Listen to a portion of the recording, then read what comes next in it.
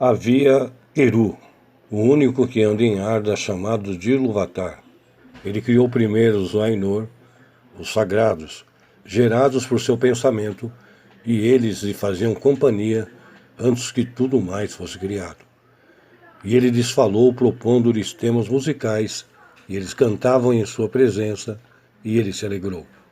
Entretanto, durante muito tempo eles cantavam cada um sozinho ou apenas alguns juntos, enquanto os outros escutavam. Pois cada um só compreendia apenas aquela parte da mente de Ilúvatar da qual havia brotado e evoluía devagar na compreensão de seus irmãos.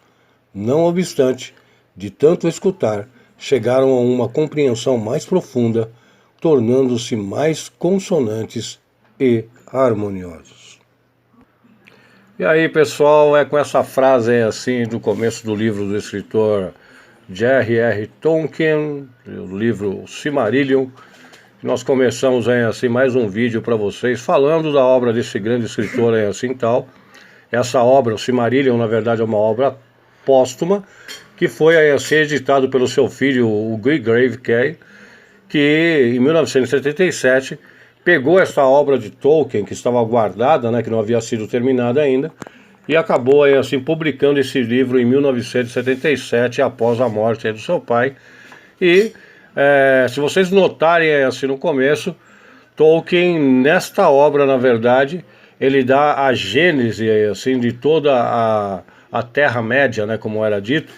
E o interessante é que ele começa o seu livro da mesma forma que a Bíblia no Gênesis também começa a sua criação, falando, né, sobre a questão da criação primeiramente, e Tolkien não podia ser diferente, como um cristão devoto, usa ali assim a mesma narrativa que Moisés para poder descrever ali assim partes do seu livro, e aí vamos ver o desenrolar dessa grande história e assim tal. Então, se você ainda não é inscrito no canal, faz o seguinte: inscreva-se, deixa o seu like aí assim tal e compartilhe para o pessoal, porque hoje nós vamos falar de O Silmarillion, uma das obras do grande escritor J.R.R. Tolkien. Pois bem, pessoal, o Silmarillion, na verdade, é uma coletânea de obras literárias que, na verdade, vira aí, assim, uma poesia ao todo, né? Editada e publicada aí, postumamente em 1977 pelo filho do Tolkien, o Guy Craven, que na verdade mais tarde também se torna escritor assim, de livros de fantasia. O Silmarillion ele fazia o quê? Justamente pegar assim, toda a colocação à Terra-média. Para quem lê automaticamente esse livro, vai entender o seguinte, que vários contos ali que Tolkien coloca no livro O Silmarillion serve por base para você entender o livro O Senhor dos Anéis e também o livro O Hobbit. Por quê?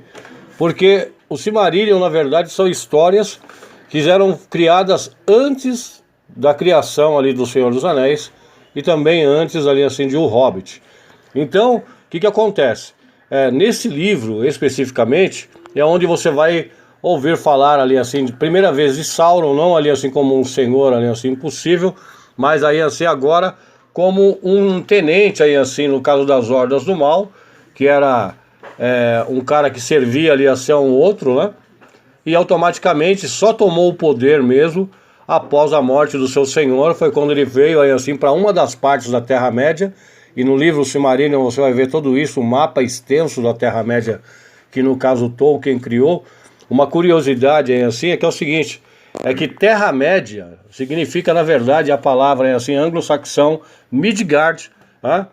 E significa Terra-média. E por que é Terra-média? Porque Terra-média era a tradução de mundo dos homens. Então, ele pegou isso aí assim no literal e a traduziu como Terra-média, e automaticamente ele começou ali a fazer os seus livros, criando aí assim toda essa parte em cima disso, para que as pessoas pudessem entender. E uma das coisas que ele tinha, uma das particularidades que Tolkien tinha com ele, é que ele era linguista, né? Ele acabava criando, ele não criou apenas vamos dizer assim, o dialecto élfico, mas criou também outras línguas imaginárias que ele criava para os seus livros.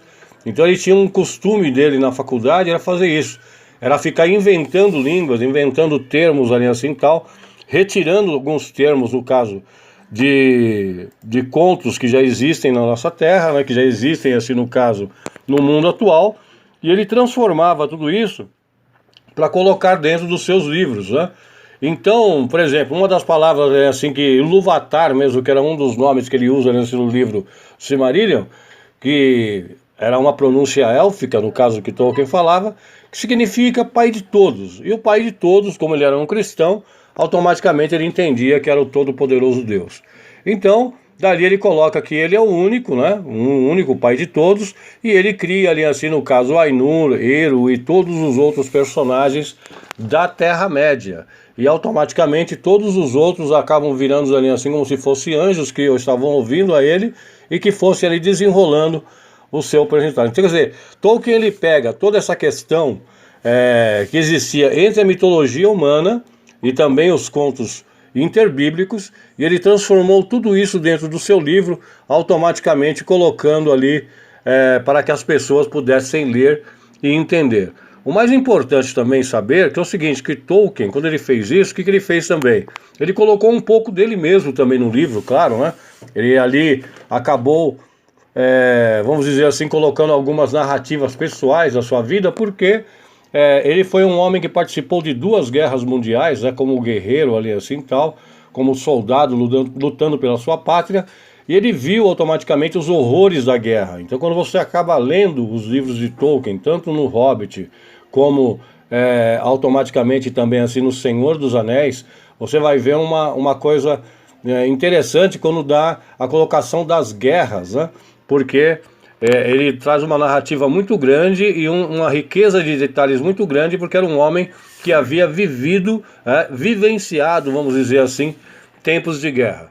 Traduzindo também aí assim, o Silmarillion significa o livro do dragão, né? Então veja bem, ele coloca assim, essa questão, que ele sempre colocava todas as suas colocações assim, em torno dessa temática assim, de elfos, fadas e tudo mais tal.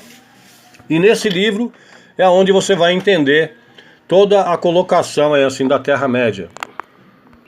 Neste livro é traduzido o lugar onde foi feita a primeira forja para forjar-se os anéis, de que forma os anéis foram feitos, de que forma houve a corrupção, no caso de Sauron, para o mundo dos homens, e como ocorreu a guerra também, assim no caso, que fez com que Sauron fosse derrotado, e automaticamente ali começa-se já o livro O Senhor dos Anéis.